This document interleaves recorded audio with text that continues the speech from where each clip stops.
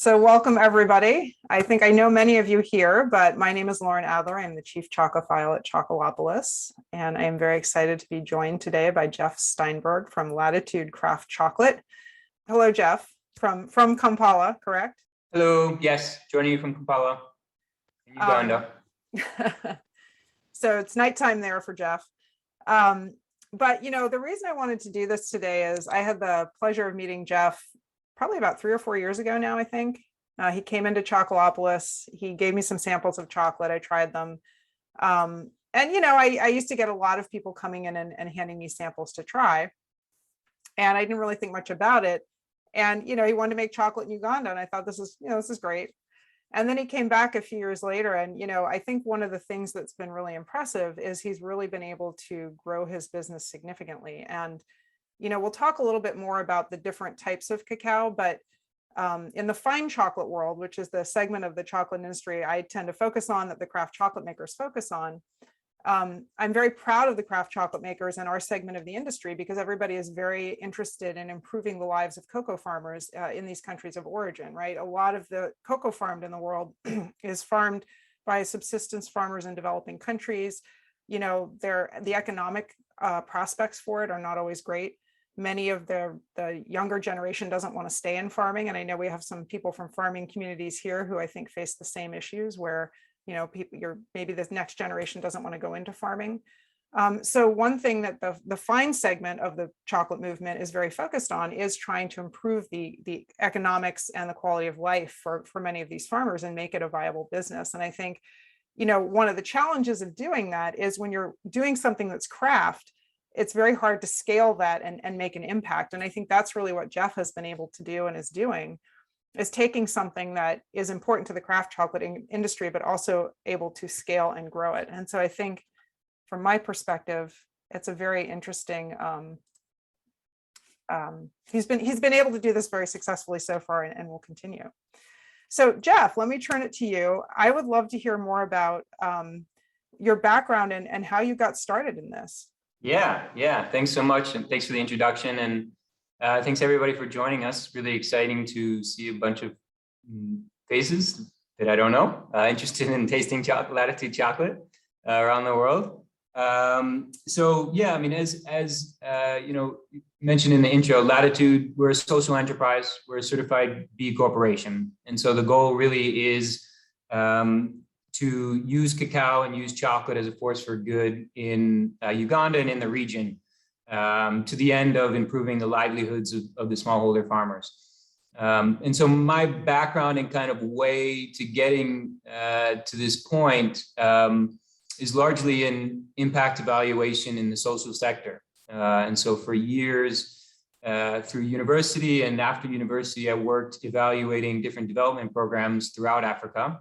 From Sierra Leone to Zambia and up to Uganda, helping foundations, NGOs, governments understand what is the actual impact of their policies, are they worth the money, and how do they stack up compared to other kind of policy decisions that are out there or programs that are out there.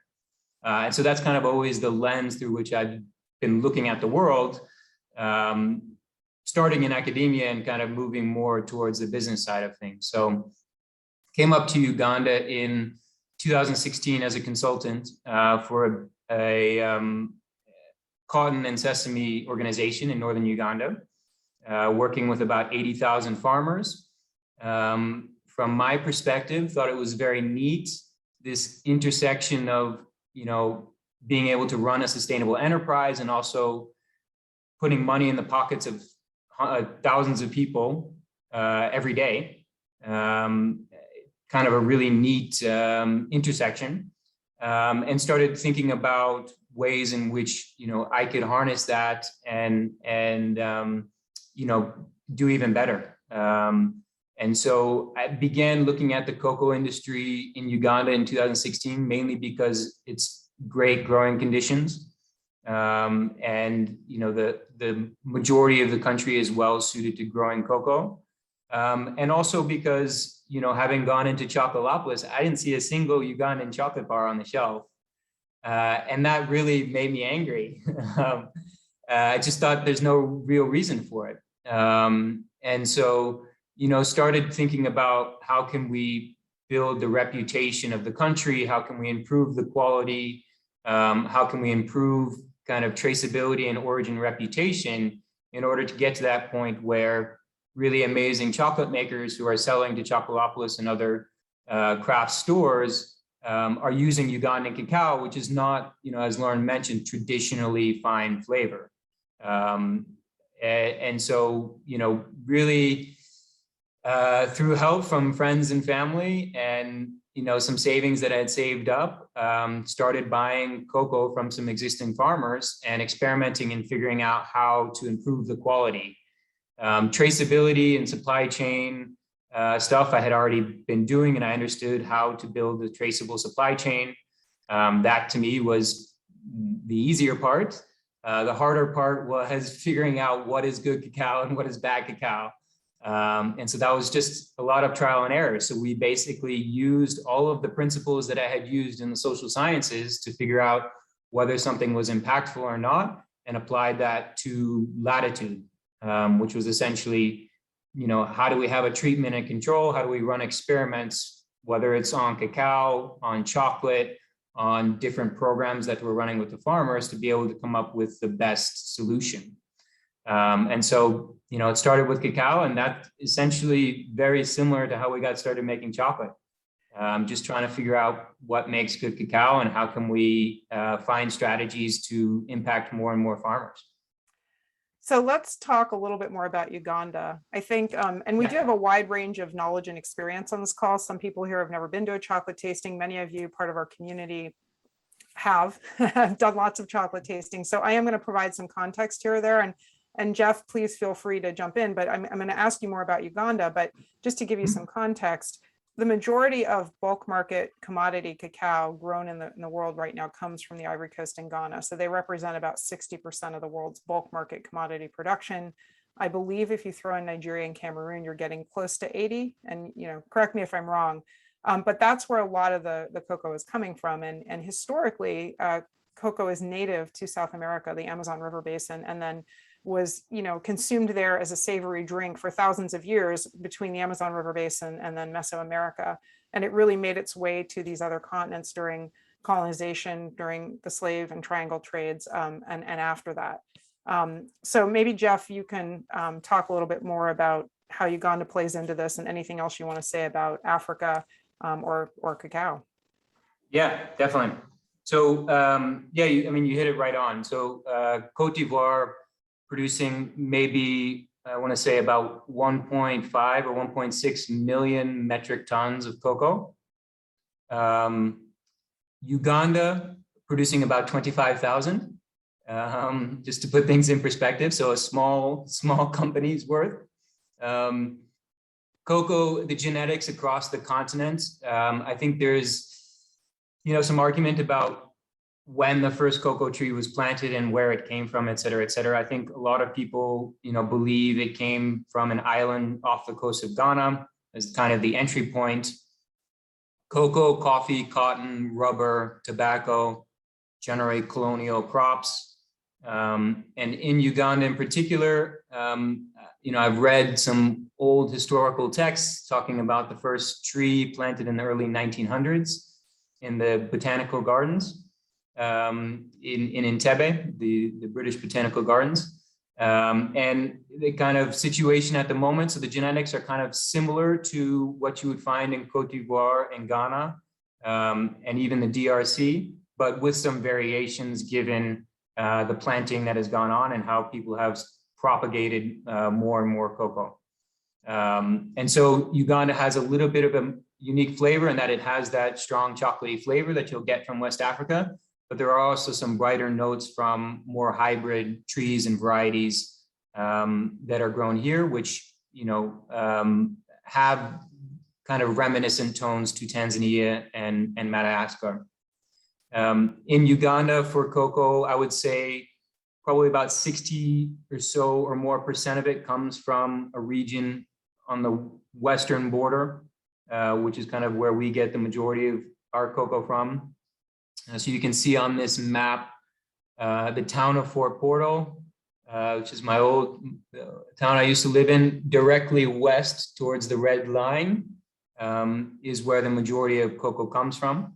There's a few other regions which are up and coming, but that's traditionally where majority of the cocoa is. So we have a base there, and then further south, kind of near this point, which says Rukoki, is kind of where our processing facility is and where we have another group of farmers. Without going too deep into the geography of East Africa, borders are largely somewhat arbitrarily made. That red line kind of goes through a big mountain range where there's actually a glacier, Margarita Peak and the Rwenzori Mountains. And it also just so happens to split the Bukonzo people in half in terms of people being on either side, Congolese and Ugandan. And so that's kind of the main group of people that are growing the cacao in this region that we work with. And I believe you get cacao from the Democratic Republic of Congo and Tanzania as well. Is that correct? So we ourselves don't do Tanzania. We leave that to our friends Simran and Brahim of Coco Kamili, you may know. Congo this is getting into our final questions, potentially the future. And so we have a group that we're just starting to work with there. But our thing mainly is sourcing fully traceable 100% Ugandan cacao for the specialty market. Can you just back up a little bit and talk just some basics about genetics? Like I said, we have a wide range of knowledge here, and I can kind of say, well, Africa tends to have the more commodity, what are considered like commodity genetics, whereas South America is going to have the fine flavor and commodity as well. But can you maybe from your point of view, give us a little bit more information about that? Yeah, so it's a tricky one, especially because, oftentimes what you get in a small country with not a lot of mega investment in the cacao value chain is you don't get a lot of investment from the local ministries of agriculture in terms of, understanding genetics and plant breeding. And so that's a process that is really ongoing now, which we're trying to help the Ministry of Agriculture carry out, which is kind of genetic mapping of Uganda's varieties. But what you do find kind of observationally in looking at farms is a lot of kind of those hardy cocoa trees, which are great for smallholder farmers, traditionally considered bulk commodity. They have good yields. They're pretty disease resistant. Generally what you would want somebody growing 1 or 2 acres to be farming. And those are largely Forastero, Upper Amazon, Amelanado kind of varieties. And then what you do find is the odd Trinitario kind of hybrid tree, which comes in, which provides a little bit of a lighter flavor in general. It's really, to be honest, kind of impossible to quantify. Majority of farmers and groups are propagating their own seedlings from existing trees. Those have their own ways of mutating and growing and changing. And so it's really definitely a challenge. In contrast, I would say, Congo is relatively similar to Uganda, probably a little bit hardier on the cocoa side and more like a Ghana. Tanzania and Madagascar tend to be a little bit brighter and more acidic in terms of the cocoa flavors that are grown there. Well, without further ado, we're going to taste our first chocolate. So we're going to, and like I said, we have a range of knowledge here. So I'm going to do a little bit of a background reminder of how to taste chocolate. So I like to taste from the highest percent and then move my way down to the lower percentages. The higher the percent, the less sweet the bar is. So the percentage doesn't tell you anything about quality. It just tells you about how sweet the bar is. So we're going to start with the 80%, the Rwenzori. Go ahead and break off a small piece, but don't put it in your mouth yet. You're going to use all 5 senses, and this is going to be tasting on steroids. So if you want to do a more in-depth tasting class, you can sign up for one at Chocolopolis, but this will be the quick version. So you want to evaluate it and look at it, right? It should be shiny. Mine's shiny. You want to feel it. It should be nice and smooth. Okay, you want to break it in half and you want to hear a nice snap sound. That means it's in good temper. Rub it between your fingers under your nose and take small sniffs, because your sense of smell is an important part of your sense of taste, right? So if you were to plug your nose, the only tastes you would get would be tongue tastes, which are bitter, sweet, salty, sour, and umami. But if you don't plug your nose, that sense of smell is going to help you actually taste chocolate. And then go ahead, put it in your mouth, but don't chew, just let it melt and make sure to move it all around the inside of your mouth. The reason you don't chew is the cocoa butter, which is the fat in chocolate, melts just below your body temperature. And if you chew, the cocoa butter doesn't have a chance to melt. And it's the cocoa butter that helps disperse the flavor in your mouth. So it's important. And then of course you eat less too, which is always nice. And like I said, if you've never tasted chocolate, there's no right or wrong answers. If it just tastes like chocolate, that's fine. I'm hopeful though that as you taste this and then the next bar, that they will taste different from one another. And I'll let Jeff talk about that when we get there. That's the only goal, is that they taste different from one another. But taste is very personal and it goes back to your own experiences and memories. And so what I taste may be different than what you taste, and that's totally fine. There's no right or wrong answers. So enjoy that. And please feel free in chat to put any comments you have about the flavor or the experience. What does the texture feel like to you? Anything else you want to say about the chocolate, feel free to do that. While we finish tasting, we have a farmer video that Jeff's team recorded for us. And just to chime in, we'll get to, I think, differences in Rwenzori and Semoliki, but two different cocoa beans as far as we are considered. Both Ugandan, but processed and flavored differently at the primary processing level. Good afternoon, our dear farmer. Good afternoon, sir. Thank you. As your field officer, whom you know, I'm called Lasto. Maybe for the viewers, I would like you to tell us your name. My name is Asaba Teopista. Yes, my dear Topista. How many members of your family are living on this farm? There are 9 members of my family living on this farm. Thank you. Where is your farm located and how many acres do you farm on? My farm is located around my home and I've got 2 acres. Thank you. Where is your home located, like the LC? My home is located in Kiamais LC1, Ugandan Town Council. Thank you. When did you start farming cocoa and why did you decide to farm cocoa? Do you harvest any other crop other than cocoa? I started farming cocoa 25 years back, and I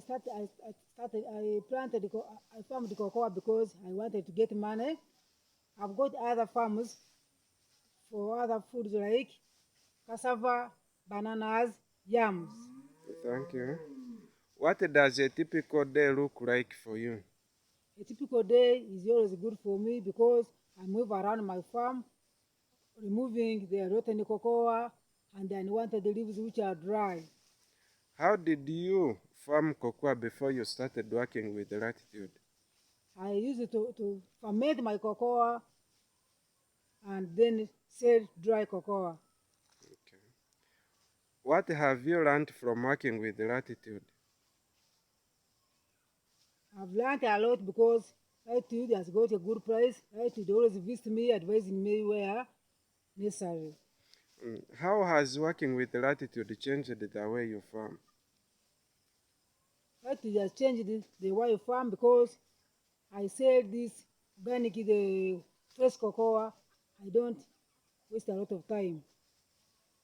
That's okay. What has changed for you since you started selling cocoa to Latitude and selling into quality market? There's a change because I get money, I've educated my children, I've constructed my house. What benefits have you seen for yourself and your farm since working with Latitude? There are changes because my children are now educated, have been paying school fees for them without any problem. What are the challenges you face from farming cocoa? The challenges I get, there are some caterpillars that eat the stem and then the stem fails. There's a drying of leaves.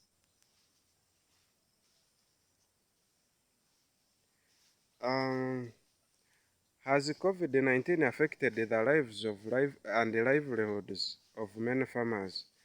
How have you coped with the pandemic?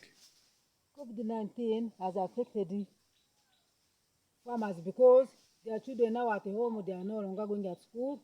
But at the same time, we have improved because we stay in the garden, in our farms working. How has the premium cocoa market changed the region? Are you seeing more farmers and farms than before? Yes, there are more farmers because of the good prices. Farmers are now very many. How are you looking to grow in the future, and where do you see yourself in 5 years from now? I'm planning to buy more land because the land I have is not enough, so that I buy another land for my family. Okay, thank you for giving us your time. We appreciate as the company. Thank you too. So, Jeff, I'm curious if, and I think too, cocoa farmers, maybe you could talk also about the makeup of the group of farmers you work with, including gender, because I know in many parts of cocoa growing, it's not always the women who are doing the farming.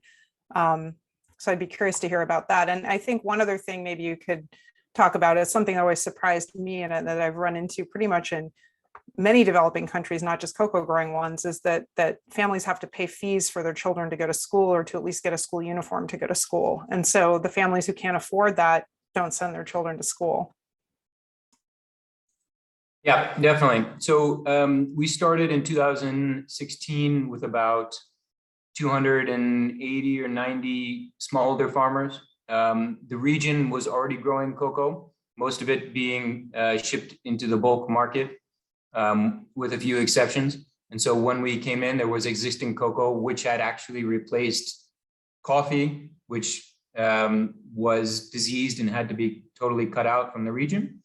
And so cocoa came in, and we started with 280 farmers or so.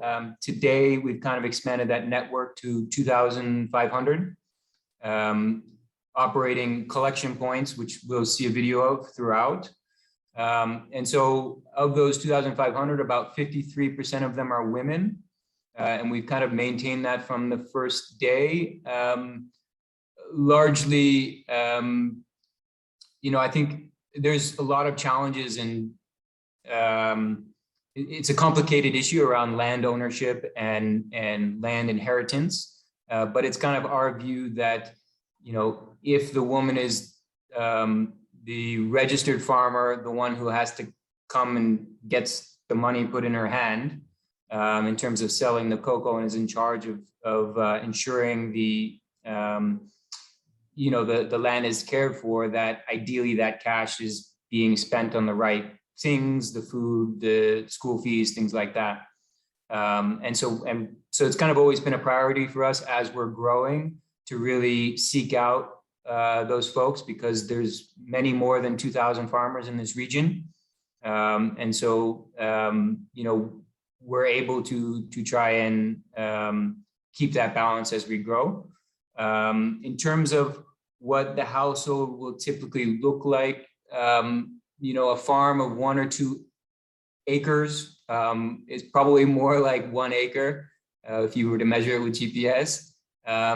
Probably, on average, supporting at least 4 or 5 different people, from kids to relatives, cousins, brothers who are living there. All kids have to pay school fees, as much as school is technically free.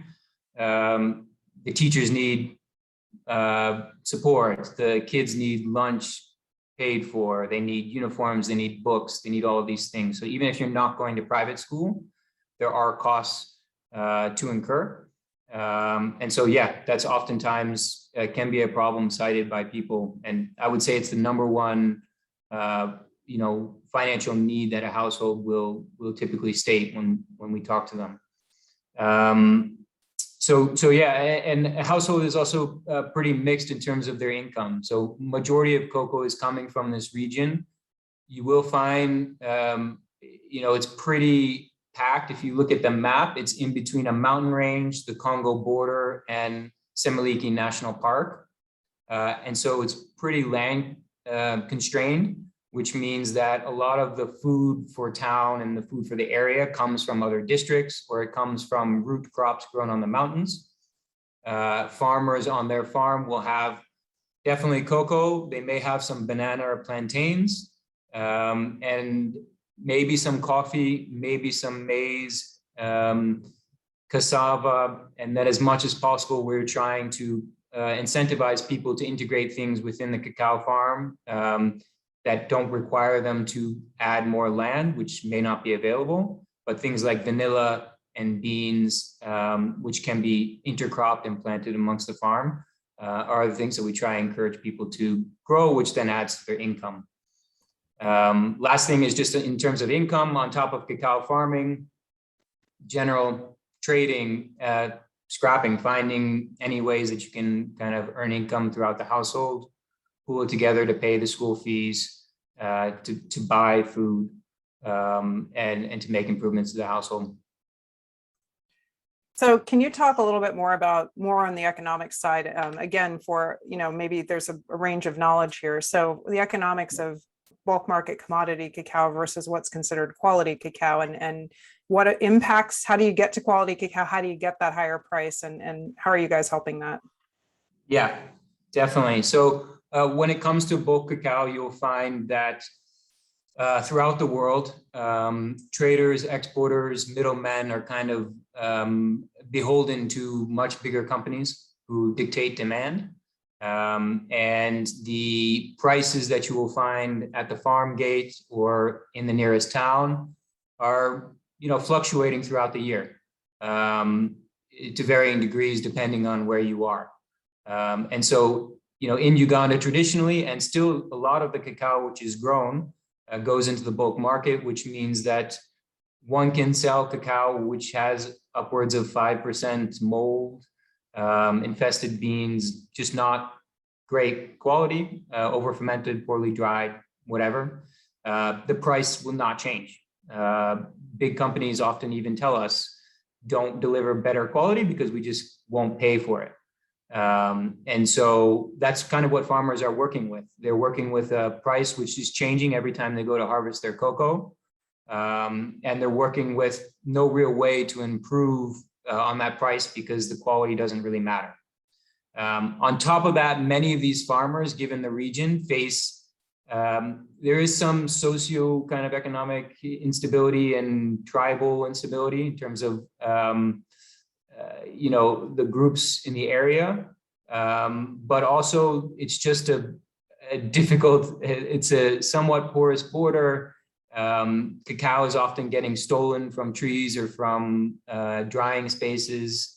And so it's a bit of a risky thing. It's raining heavily, so it's very difficult to dry, which means you get moldy and poor quality cocoa, which above a certain extent, just won't be purchased.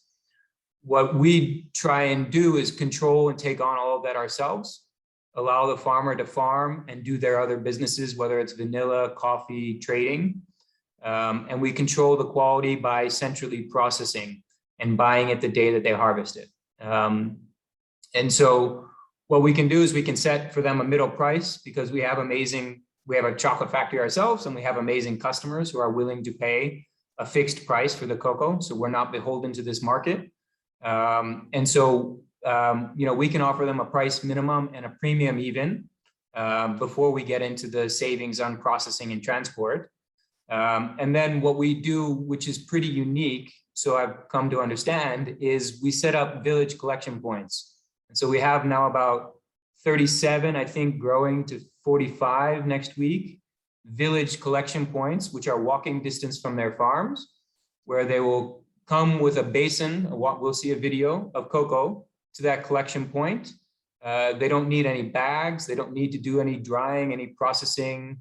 no labor in the processing method, minimal risk of theft and spoilage. They bring it there. They know our team has cash always. The price is a premium, even after we do the processing and incur all the losses on the weight. And so it's a reliable place. They know Latitude's going to be there and the price is advertised, and they know the scale is certified. And those things seem simple, but farmers see it as a huge benefit. They know a Latitude scale is going to give them the right weight compared to middlemen or even other companies who are around. And so that kind of a situation, allows a farmer to harvest on one day and spend the rest of the week doing other things, whether it's investing on the farm or, caring for kids and cooking food, or doing other trading and other business, which can help supplement and increase their incomes. So before I show the video Jeff mentioned, I did want to just back up for a second and say that for those of you who are not as familiar with how cocoa works, fermentation is the most important part of flavor development in chocolate, right? So if you're a chocolate maker, Jeff's saying maybe, genetics plays a big role, but then fermentation is huge. Right. Exactly. So I would say genetics, definitely post-harvest handling and processing. And the reason why we are able to take what most people are selling into the bulk world and sell it into the specialty world, a lot of it has to do with the post-harvest processing. A lot of it has to do with the traceability and the supply chain integrity, and kind of the social impact. Those three things together kind of allow us to get into this market in a non-traditional specialty origin.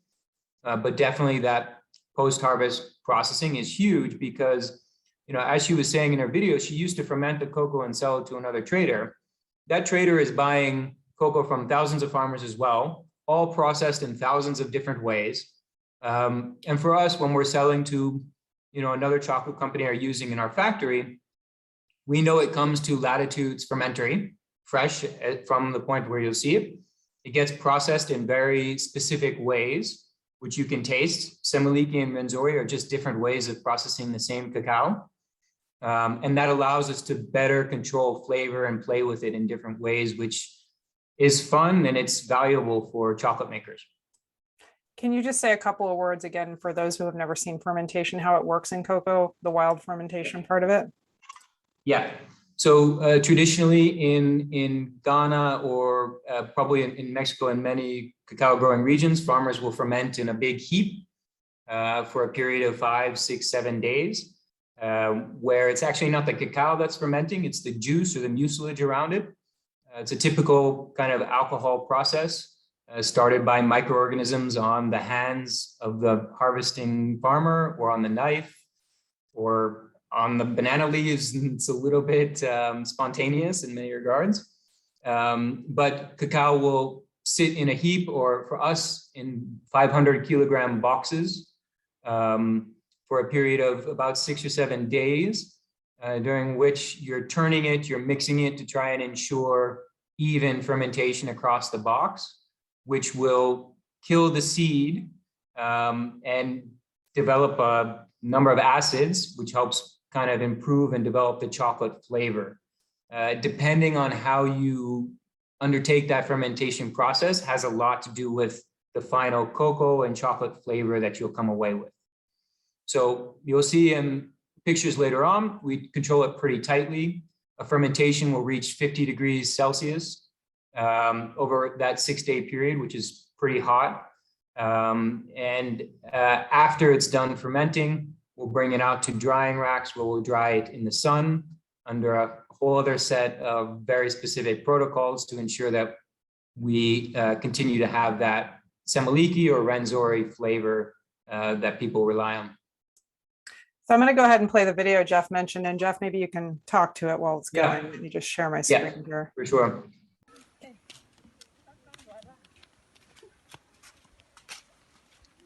Maybe my internet it's a bit lagging, but this is essentially what we're talking about when we say a village collection point. So there's a huge networks of roads that run along the base of the Renzori Mountains on the western side. And this is a collection point where buyer with the receipt book in his hand is receiving fresh cocoa. It's early in the season, so there's a lot of sorting that goes on because there's immature pods. If people need extra money, they'll try and harvest early potentially and put those pods in there. They'll remove sticks and foreign material and matter and stuff like that, which is problematic for us and the cocoa roasting. But folks will set up at from 8 a.m. Harvests are pretty scheduled depending on the region. And so you will get maybe, I don't know, 50 to 100 farmers coming in a collection point, depending on how big it is. Each one is probably delivering about anywhere from 10 to 50 kilograms in these kinds of washing basins, which they use specifically for harvesting and collecting cocoa. And then we'll check the quality, weigh it, pay them their cash and give them their receipt, which is really important for their financial management and organic practices. And then the buyer will also register in his phone the purchase so that we can have that full traceability. And so every kilogram, every farmer who comes to deliver gets registered in the mobile system. And then we can generate a report which says this farmer on this day got paid this much for this much cocoa, down to like 1 or 2 kilograms that they deliver out of probably, for fresh cocoa, about 900,000 kilograms of fresh cocoa. How far is the fermentary from the collection points? Quite far. It used to be, we got started in Bunibujo town, which is in that western side of the mountain slope, which is a very rainy place, which is great for growing cacao, terrible for processing cacao, which is why farmers struggle so much and why we struggled ourselves. And so we actually moved to the town where we originally got started in Western Uganda, which is a town called Kasese. It's basically completely on the other side of the mountains, but you take a 2-hour route to go around. And then it's a much warmer, drier climate, which allows for more predictable processing. So we have a field office in Bunibujo, which coordinates all the farmers and where we collect all the cacao. After sending trucks around all these different collection points, they bring it together at once, and then it's segmented to ensure traceability and organic certification. And then it's all brought at once to the fermentary to start the fermentation process. Does it start fermenting on the way to the fermentary, and how do you handle that? Right. Well, this is this is why our logistics team is so sharp. In my view, and what I tell our staff and everybody, basically cacao starts fermenting from the time they open the pods. That's really when you get some sort of inoculation. And so what we tell farmers, we're not asking for anything crazy. Harvest the same day that you're delivering to us in the morning. So we have that predictability of how far along it is in the fermentation process. And then over the course of the past years, we understand where it should be at 12 hours after harvest, at 24 hours. And so in smallholder sourcing, as opposed to a plantation, you will get some variability that you have to just handle and be able to segment based on either the sugar content in the cocoa or just by sight in understanding what the cocoa should look like at different times. But we really segment by collection day. And so every collection day is a different lot of cocoa. It all follows the same schedule. And those farmers harvest in the morning between 8 and 10. We're buying between the hours of 9 and 5 p.m. From 5 p.m., trucks start coming and collecting all the cacao. We're sampling and reweighing to make sure the bags weigh what they should weigh between 6 and 9 p.m. And then a big truck carrying about 20 or 30 tons of fresh cocoa sets off at 11 at night, drives 3 hours to the fermentary, arrives at 4 a.m., and then they start unloading the cacao and reweighing every bag to ensure that it matches what we would expect to see at that point. you know where the cacao truck is because you can follow the trail of juice through the whole road system. And so, you know, we have set points and we control, you know, with guys on site opening every individual bag before it goes into the fermentation boxes. It's intensive to say the least. Well, with that, why don't we taste the next bar? And Jeff, why don't you go ahead and tell us about this? And yeah. So the Semoliki is kind of my favorite bar, 70%. So the 80 and the 70% are both 2-ingredient chocolates, just sugar and cacao. Semoliki is kind of the traditional fermentation style that we typically do as much as possible. It's a little bit, in general, a little bit more chocolatey. You will get less of that astringency and acidity that you would get in Rwenzori. It's a little bit more of that hearty everyday chocolate in my view.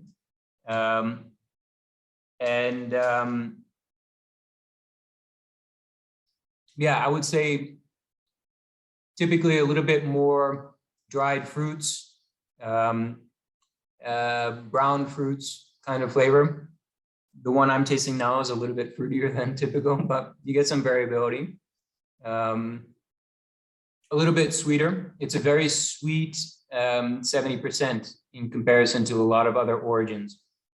And the other thing that you will find about our cacao and Ugandan cacao, especially when you taste the 70 and the 80, the cocoa butter content of the beans is significantly higher than most other origins.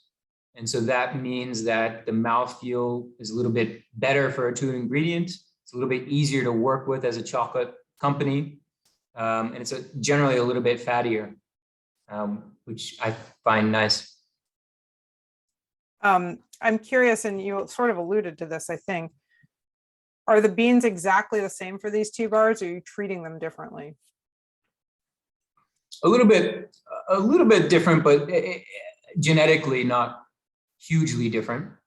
Slightly different growing area, but largely the impact on the flavor is two things. One, fermentation. So Rwenzori is just a different fermentation protocol that we use. And this comes into how we work with the specialty market as well. And Semoliki is a little bit longer. It's supposed to be geared towards that more chocolatey group. But what you'll find as well, which is interesting, especially for me because I'm tasting a different batch, the roasting has a really significant impact, especially for our cacao. And so we do roast slightly different. And that's kind of one of the third bigger flavor determinants that I would put out there in addition to genetics and post-harvest handling. But we roast slightly different to bring out those flavors, especially lighter with the Rwenzori, a little bit longer for Semoliki. But this kind of differentiation between the post-harvest handling is as well one of the other ways in which we can utilize more cacao and develop new products from the same group of farmers, because the big challenge is the specialty in the craft chocolate market and the bean to bar market is small compared to what farmers can produce globally and also just in Uganda. Well, with that, why don't I share my screen again? And we have some photos that Jeff wanted to share. So let me just do that. So just the environment, Lush, you got, this is kind of like a typical road that we'll go on that we're carrying, 3-4 metric tons of cacao out of the village. Yeah, this is kind of a day in the life of a Latitude staff member. So this is one of our inspectors. I think what they do is, in order to guarantee the traceability, so this delivering cacao on foot to the collection point is one way that we kind of guarantee that cocoa is not coming from Congo or from the other regions. And it's a way as well that we can ensure that we know exactly who's supplying and where they're supplying from. And as well, we know who is getting the money, which is really crucial and important. And so these staff, Latitude staff and inspection officers visit every individual farm every year, at least once, oftentimes 2 or 3 times, in order to support the farmer to make sure that they get, their implementing the practices, both organic and kind of fair labor practices that we require and promote through trainings, and as well to help them troubleshoot things that are going on in their farms. And so that's kind of an ongoing thing throughout the year. And it's one of those elements that, you know, is a big, heavy lift, especially in terms of getting an organic certificate. We have others. Just one of our farmers, a couple of pictures of just showing, you know, what happens. This is one of our collection points run by Rebecca, one of our buyers. This is what a fermentation box looked like. So that I would say is probably at least 5 or 6 days in. You can tell the color. So this is the same cacao that we were looking at in the video, which was white and fresh and super juicy. From 100 kilograms that we purchased at the collection point, it'll go on the truck, it'll come into these wooden boxes. They'll implement their protocols. He's using a jerry can cut in half, which is what we use to switch the cocoa to another compartment. And so we do that in order to help the uniformity of the fermentation. And so the far end, where his kind of elbow is, that's another compartment where he's going to scoop the cocoa and put it to the other side to help us get that uniformity in the fermentation. So they have a schedule, you know, a turning schedule, essentially is what we call it. And every morning, every afternoon, they're checking the temperatures of all 80 boxes. That's about, you know, I would say around 40 metric tons at a time of cacao. They're marking it down on cards. We're talking about it. We're looking at it to help understand how the fermentation is going and what flavors are likely to be there. Once he's done scooping it to the other side of the box, they'll cover it up to try and keep some of that heat inside, because that's what helps, you know, continue the fermentation process and develop the flavor. And so we'll be looking at probably 3 or 4 days of temperatures which are above 40 Celsius, which is pretty warm, especially when you're coming from that fresh, cold juice state. And so they'll cover it up with just polythene PP bags or jute bags in order to keep the temps controlled in there. That's Max. Max has been with me since probably the first day that we started Latitude. He's now our kind of fermentation and quality controller, and his team behind him in classic Ugandan photo shoot style. Max and I both basically learned everything together, doing our own research and figuring out the same way many craft chocolate makers do. He was looking at things going on in Vietnam through the internet, just reading manuals and looking at YouTube videos. I was looking in Ghana and all these different places, and we kind of came together to figure out, you know, how to produce quality cacao, which is really fun. So he's from the northern region of Uganda, Gulu. He's in Acholi. It's kind of the region where I started off when I first came to Uganda, and then he came with me to Western Uganda when we started up this company. Are those drying beds behind him? Exactly, yeah. So behind him, we have this is a solar drying space. So there's a couple ways that people typically dry cacao. In Bunibujo and most of the smallholder world, it's directly in the sunlight. And when it rains, you're kind of out of luck. You have to put it in the house, and that's when bad things start to happen. Big companies, we use mechanical dryers. We use raised beds so we can promote airflow, and these translucent roofs, which help us protect against the rain and somehow control sunlight. In some cases, it really magnifies the sunlight and creates kind of a heat box. In other cases, it's just protecting from the rain and allowing us to get more airflow with the cocoa while not having to kind of bunch it up into a sack while it's still a bit wet. That leads often to what we call wet sock flavor, which, as you can understand, you probably don't want. Go ahead. Oh, Kim Wilson had a question about the previous photo with the fermentation. She's asking she said it looks like you're fermenting in the sun, or is it covered and just well lit? It's covered and well lit. We have, regretfully don't have, I didn't get Lauren my most recent pictures, but we have a big center. It's open air on the sides because there's a lot of acid that's coming out from all this kind of cocoa. So it's open air on the sides, but it's got a nice roof, high ceiling, so that people don't, breathe in too much. And it's just a row of 80 paired boxes. We call them paired boxes because they have 2 compartments, all in one space. And so when it comes time for turning, even when I'm in Kasese, we're all out there, 2 people to a box, with paddles, scooping cocoa over, with basins, scooping it over. It's one way that we employ laborers. So we have about, in general, the company is about 35 full-time staff. And then throughout the cocoa season and even the chocolate bar wrapping time, we have about another 30 to 40 laborers that we're employing to do these activities. Well, that's a nice segue into chocolate making. So, for many people, they either produce cocoa or, grow and produce cocoa, or they make chocolate, but you're doing both. You could talk to us about your Kampala operation. Yeah. So we came to chocolate making kind of out of necessity and also just curiosity. We were trying to figure out how to improve the cocoa that we were producing without having to send it across the world and get feedback 3 months after we had already made a bunch of changes. So to improve that feedback loop, we did the natural bean to bar thing. We bought small Indian spice grinders and small coffee roasters to start making up samples. And then from there, there's not a lot of supply of chocolate in Uganda, in Kampala.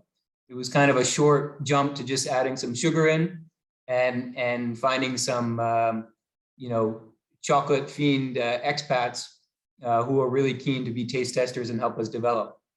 And so that started in 2017 and developed pretty quickly into this chocolate factory, which we have opened in, I guess, end of 2019, right before COVID. And it's basically, our first kind of chocolate boutique, a way to show the local population and local customers how chocolate is made and what the process looks like. And then as well, it kind of significantly scaled our operation from being held in my own personal kitchen at home to producing between 10 and 20,000 chocolate bars per month with a staff of about 7 or 8 chocolate makers, all completely Ugandan. And so these are the kind of refiners that we use, which are universal conch refiners. It means that we're refining and conching at the same time. A little bit different from what most craft chocolate makers use, because these fit our electricity problems better in terms of fluctuations of power coming in and out. Yeah, we roast coffee and cocoa. And so we, 15 kilo roaster that's kind of operating pretty consistently. Do you use the same roaster for the coffee and the cocoa? We do, yeah. We don't roast very much coffee. It's mainly for the cafe and for a few select clients. But we found, as a few others, I think, that I've spoken to, don't get a lot of taste overlap. But we don't do enough, I don't think, to really experience that.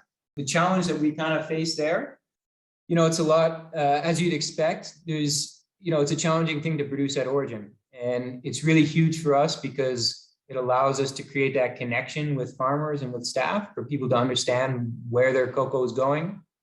And, every Christmas, every Easter, and now anytime I travel, we bring farmers chocolate bars. And so it's pretty neat for them to see it happening in their own country. And same with our staff, kind of the crossover when chocolate makers come to visit us. They host trainings and help us improve the skill set of our chocolate makers. And it's turned into like a really awesome sized customer for the cocoa company. And so that was kind of part of the plan for us was, we had started with about 10 metric tons of cocoa, which is relatively easy to sell into the craft market. But now this year we're producing about 300 metric tons. and we can sell and use, we can use about 10 to 15 metric tons locally in Uganda, for which we can pay a stable price, because the price of a chocolate bar doesn't change for us. It's pretty much predictable, and we have that vertical integration. So it allows us to create some stability, especially when it comes to times when we buy from farmers, but we don't necessarily have a customer lined up, because we're there no matter what. Whether a customer wants to buy or not, Latitude has to be there for the farmer. And so if they're transitioning to organic and they're on the way, right, the craft world only looks at, by and large, organic cocoa. And so that conventional cocoa, which is organic in everything other than not having the certificate, we can use at our factory, we can make into cocoa butter. So it's really exciting for sure. And just the I had a first step. follow-up question for you on pricing. You mentioned the instability of pricing in the market for the farmers. Do you guys set long-term pricing at all, or how do you manage that? Yeah, so in the way we process, so we set a minimum price. So we're not going to buy less than like 70 cents. Currency is fluctuating, right? But about 70 cents per kilo for fresh cocoa. And what you have to understand is that the conversion really depends on the quality of cocoa that you're getting and what comes out of the processing facility. And so, as I was saying, we'll buy 100 kilos at the collection point. By the time it comes into our warehouse, it goes through all the processing. That will be about 30 to 35 kilos of finished cocoa, dry cocoa beans, which can be used in a chocolate factory or which can be exported. And so there's this conversion ratio of fresh to dry, which is has a big impact. And so we have come into a situation where there is another chocolate company there that we're really competing with significantly, which is great for the farmers. And it's part of our goal as well, to push other companies to do better and to pay more.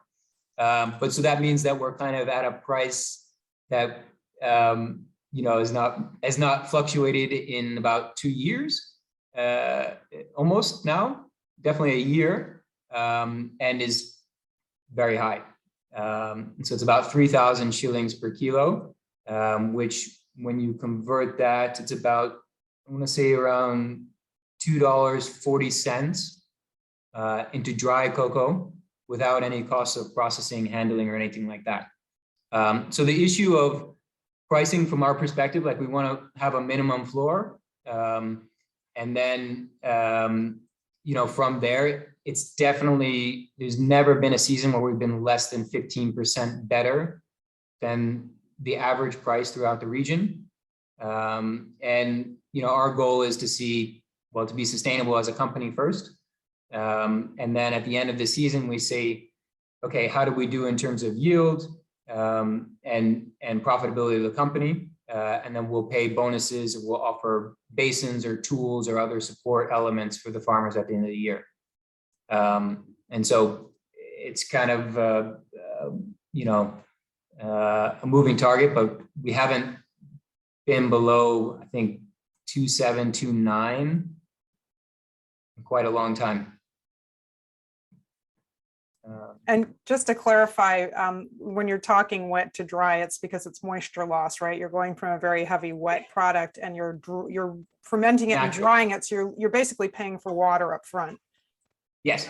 So if you were to look at our financials, the majority, our biggest cost is juice loss, is purchased wet juice, which disappears in the fermentation process and the drying process.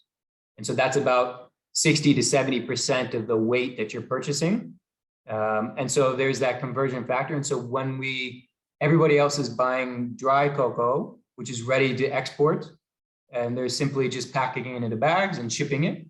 And so we do that conversion ratio to get to a comparable dry price. And so a typical dry price in Bunibujo is about 7,000 shillings, which is somewhere around $1.94 per kilo of cocoa. And we've never in our time paid less than $2.15.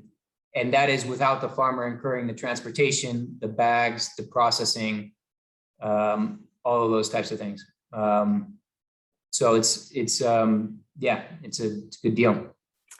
So one more question before we try our next bar. And then Carolyn, I'm holding your question for a few minutes, but I will ask it. Kathy Turk is asking, can you tell us about the sugar you use and how when it is incorporated in the chocolate making process? Yeah. So sugar, this is a very interesting question, especially as it pertains to my visit to Lauren in Chocolopolis in 2016, because she commented on my first samples, saying that there is a molasses type flavor, very strong molasses type flavor. And I spent many, many months just going crazy trying to figure out, how do we do this? What is this molasses flavor? Where is it coming from? Nobody who uses our cocoa or has tasted our cocoa has tasted this molasses flavor. And I was sitting on my kitchen floor, borderline in tears, trying to figure it out, and noticed across the room on the back of the sugar bag that I was using, Ugandan's finest molasses flavored, traditional sugar. And so that got us into this sugar wormhole, trying to figure out how to move forward. And so we now, most of the sugar throughout Africa, there's no real organic production of sugar, and much of it is unrefined because there's no market for refined sugar. And if it's unrefined, then it has a pretty strong taste, especially when it comes to what's produced in Kenya and Uganda. And so the sugar that goes into our dark chocolates, because we wanted to show people what the cacao tastes like without that influence of the sugar, we use refined sugar, which we actually rescue from Coca-Cola. They're importing sugar, and they are going to dispose of containers for insurance purposes, perfectly great sugar that's going to go to waste. And so we salvage that for them to use it for our dark chocolate so that we can have that true cacao taste. And then for our kind of milk chocolates, our couvertures, and some of our other recipes where that molasses flavor is kind of nice and adds a nice element, we use the local Ugandan sugar to incorporate. It's significantly bigger crystals. It's definitely a higher moisture content. And so that creates a challenge. In terms of adding it to the mix, our cocoa is generally not super acidic, as you would find from many South American or even Madagascar cocos. And so for that reason, we have quite a bit of flexibility in terms of when we add the sugar, in my view. And so typically, we're refining these dark chocolates for about 20 to 30 hours, and we'll be adding sugar around the 4 to 6 hour range, depending on the recipe. We want to drive off some of the acidity that comes natural in any cocoa in the first few hours and get a good liquor base going. And then we'll bring in the sugar, which, fixes, but, as well helps you refine a little bit quicker. Carolyn just had a quick follow-up. Is it beet sugar or cane sugar? Cane. Okay. Why don't we go ahead and try the Bukonzo bar? I'll let you lead us through that. So the Bukonzo bar, similar, same Semiliki cocoa that we use for this. Bukonzo is the name of the tribe or the people throughout the Rwenzori region, growing the cocoa and also growing some really world-class coffee throughout the Arabica, throughout the Rwenzori Mountains. Uganda is a major coffee exporter. In Africa, definitely the biggest Robusta, but also has some really great Arabicas on the eastern and western mountain ranges. And so this coffee comes from the same community of farmers that supply our newest cacao from the kind of Kasese side of the mountains. And again, trying as much as possible to keep it simple, focus on the ingredients, the cacao and the coffee. And this one, we started adding a little bit of cocoa butter to make it a little bit smoother, especially when it comes to the, adding the coffee. Coffee percentage isn't actually that much compared to a lot of other makers. I still find it pretty intense. in terms of the flavor, which is nice. Definitely, at least, I apologize, I'm not on the same batch, but what we try and go for is heartier, warmy, like comfort chocolate is kind of what we try and go for with the Bokonzo and the Semoliki. That's kind of where we're aiming with our chocolate product range, because it has that kind of nostalgic feel. And personally, my palate has grown a bit tired of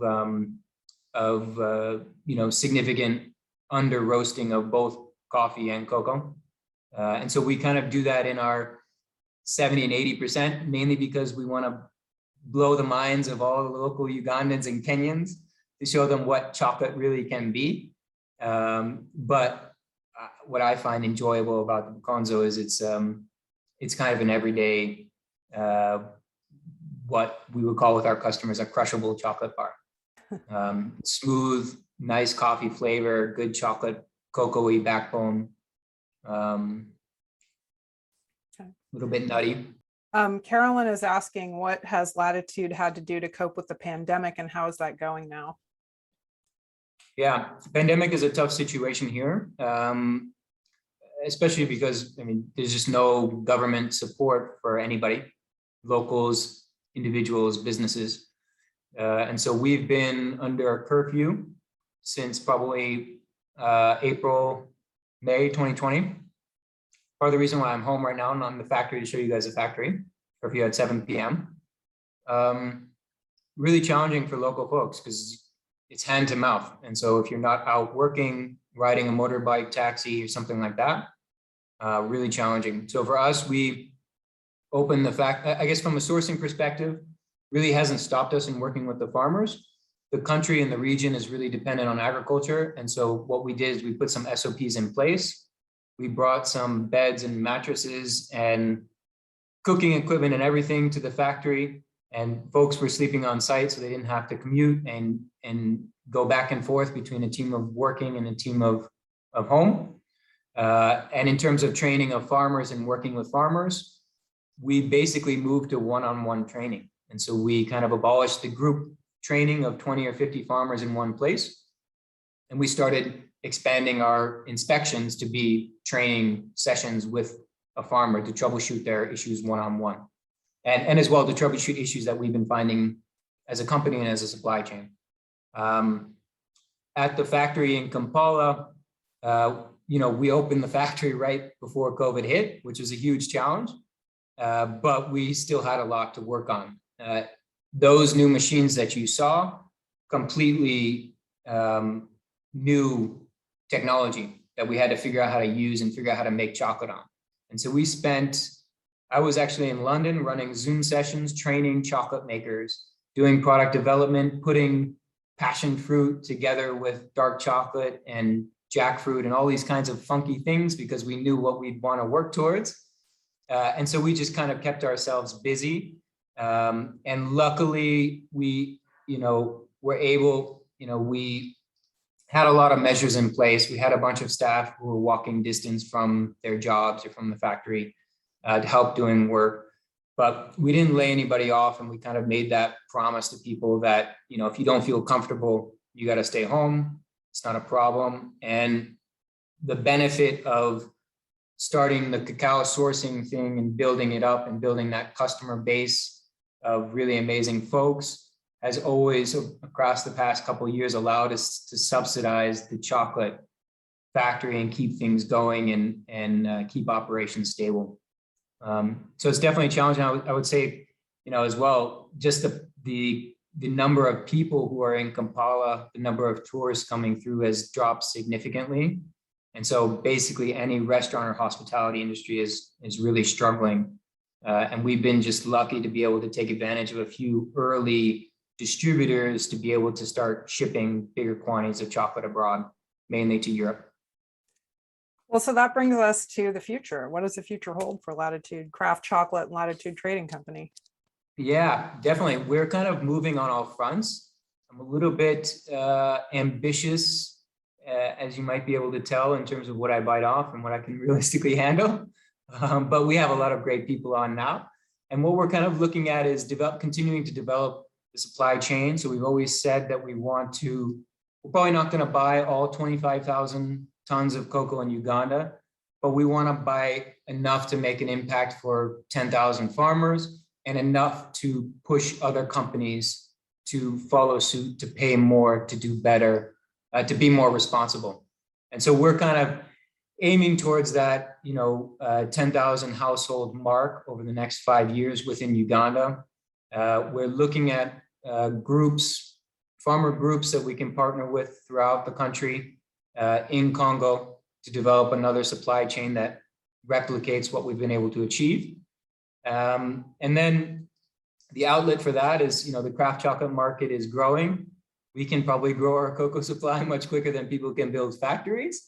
And so we're looking at different ways that we can expand our own in-country processing through both building bigger chocolate factories with partners and with our own brand, and as well exploring the secondary market, meaning cocoa butter and cocoa powder, which we are doing to a small extent now, but which is potentially a big opportunity to use major volumes. And so it's really nice and amazing, the craft world and, the customers that we have there and the thing that we've been able to build.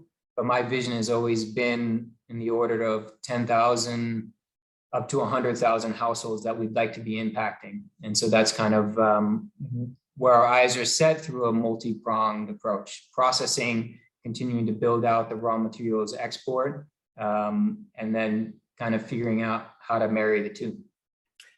So I'm curious that, you do have a competitor. When one of us is eating or enjoying a chocolate bar from a craft maker and it says Uganda, is there a way for us to tell whether the beans came from your organization or not? And is the name Semiliki yours, or could it be used by others?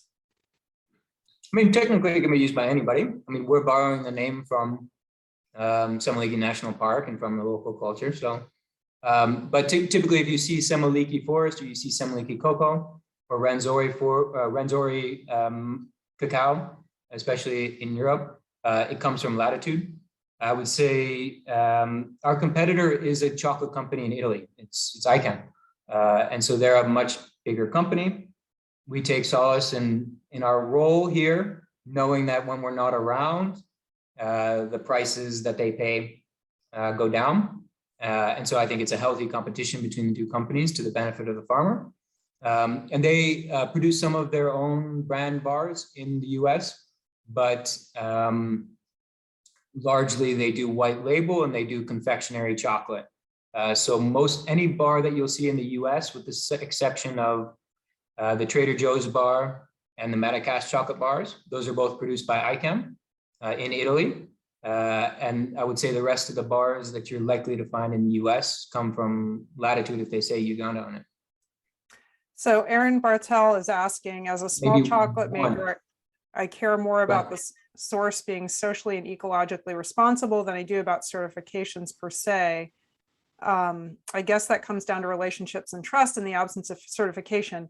But his question is, do you sell beans to any of the distributors in the US? At his size, he's looking to purchase roasted nibs at 100 to 200 pounds at a time. Yep. Yeah, so we have a couple of distributors in the US. We work with Uncommon Cacao, who supplies raw beans. Cacao Services in Hawaii supplies raw beans. But a number of chocolate makers who buy direct from us or who buy from them, oftentimes are supplying nibs, roasted nibs to chocolate makers. And so I think, John Nancy is probably the best source to go to, and he'll, we work closely with John, and he supplies roasted nibs of basically any origin that you can think of, Uganda and even other great origins out there. Most of the importers will not have their own roasting setups and their own winnowing setups. So you want to look for a chocolate maker, and luckily the beauty of the craft world and the relationships is many of them are willing and excited to support other folks to start their business and to do these sorts of things. Okay, so I am going to open up to other questions if anybody wants to turn on their mic. But before we do that, we just have a little bit of time left. I know we had raised money for the Latitude Tree Nursery program, and so many of you were very generous, and we raised $350, and then we're going to match 100, so that'll be $450 to the Latitude Tree Nursery program. So thank you all so much for supporting them. You can see what great work they're doing. Thank you guys so much. And we'll have to send you pictures. We're looking at goal, basically new growing regions that we're working towards. Implementing from the get-go, because we're training farmers from the start, intentional agroforestry programs for farmers, such that their cacao is more healthy, their farms are more healthy, the ecosystem around them is more healthy, which is easier to do when people are starting from scratch, as opposed to coming in with existing trees which are there. So that's kind of a program that we're working on over the next year, and we'll have to send you pictures. Okay, so yes, if anybody has a question, feel free to turn on your mic, or a comment you'd like to make. Go ahead, Corinne. Hang on, sorry. You mentioned the power fluctuations earlier, and I know that that's one of the challenges of developing chocolate in country. So I have two questions about the process, and that is, one, do you ever try to capture some of the juice like you see in Mexico or Central America for any purposes? And second, in terms of the power fluctuations and dealing with those, did you have to do some special DIY things to try to help with that? Or, you know, what are the creative solutions that you've had to use? Yeah, definitely. So on the first one with the cacao juice, we do capture it and we use it at the cafe. And we make a simple syrup and use it in cocktails and sodas and things like that. And then we have a few restaurateur friends around Kampala who will also use it at their bars for cocktails and whatnot. We would love to be able to get to the point of bottling juice, because our supply chain and our setup is perfect for that. It's a whole other challenge, which maybe we'll get there. Shells from the cacao factory after winnowing is done oftentimes get recycled for mulch, either on the farms or on coffee farms around Kampala. Electricity, yeah, it's definitely a challenge in the chocolate factory, and we had to buckle down eventually and buy a very substantial generator to be able to keep air conditions and keep climate control running in the tempering room and in the storage rooms. And that's also part of the reason why we went with the chocolate making technology that we did, is because I used these stone melangers that many chocolate makers use in my house for a couple of years, and power goes out, and it goes out for long enough that the chocolate solidifies in the bowl and you have a block. And when you're talking about 50 kilos of chocolate and a hairdryer, it's an impossible. And so the refiners that we use now have a heated jacket, a temperature controlled jacket, where we can cool it when it's conching if it's getting too hot because of the friction, or we can heat it up to melt chocolate, which has been sitting in the tank for a while due to an electricity outage.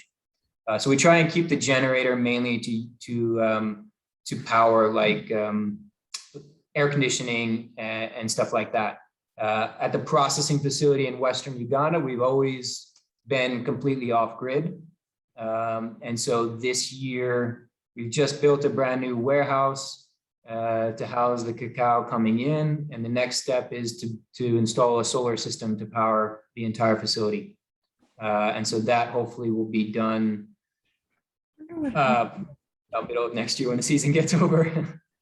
I was going to ask about cocoa butter.